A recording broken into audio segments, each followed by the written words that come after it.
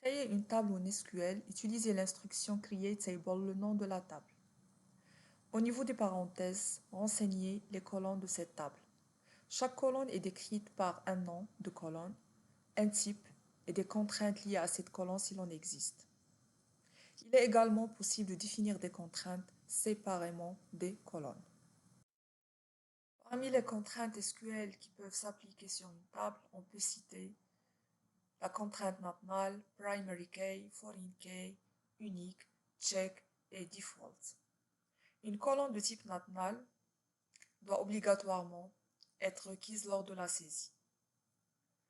Une colonne primary key est une colonne dont la valeur permet d'identifier d'une manière unique chaque enregistrement de la table.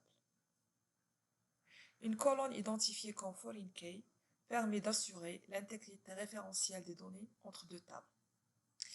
En effet, les valeurs de cette colonne doivent figurer comme des clés primaires dans une autre table. La contrainte d'unicité permet de garantir que les valeurs de la colonne figurent d'une façon unique dans cette colonne. La contrainte check permet d'appliquer une condition que les valeurs de la colonne doivent respecter.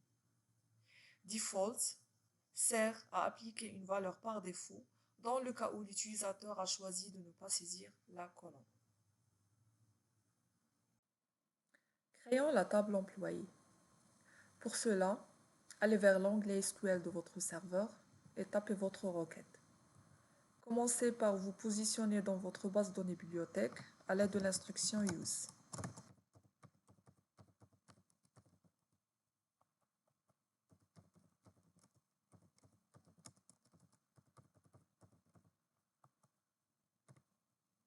Définissons les colonnes de la table employée. La colonne matricule est la clé primaire de la table.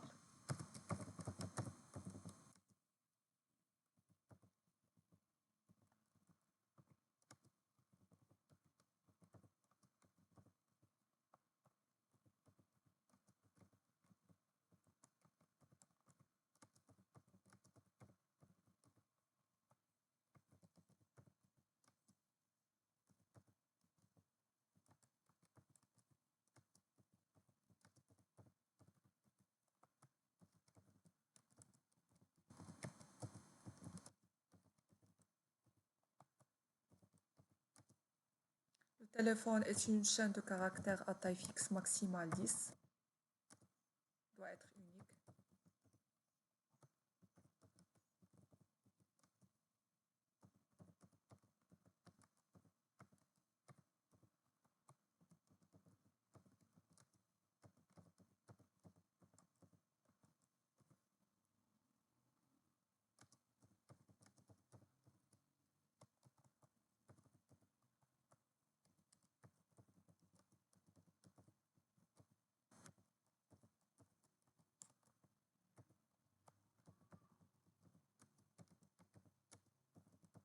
L'adresse a une valeur par défaut qui est tangée.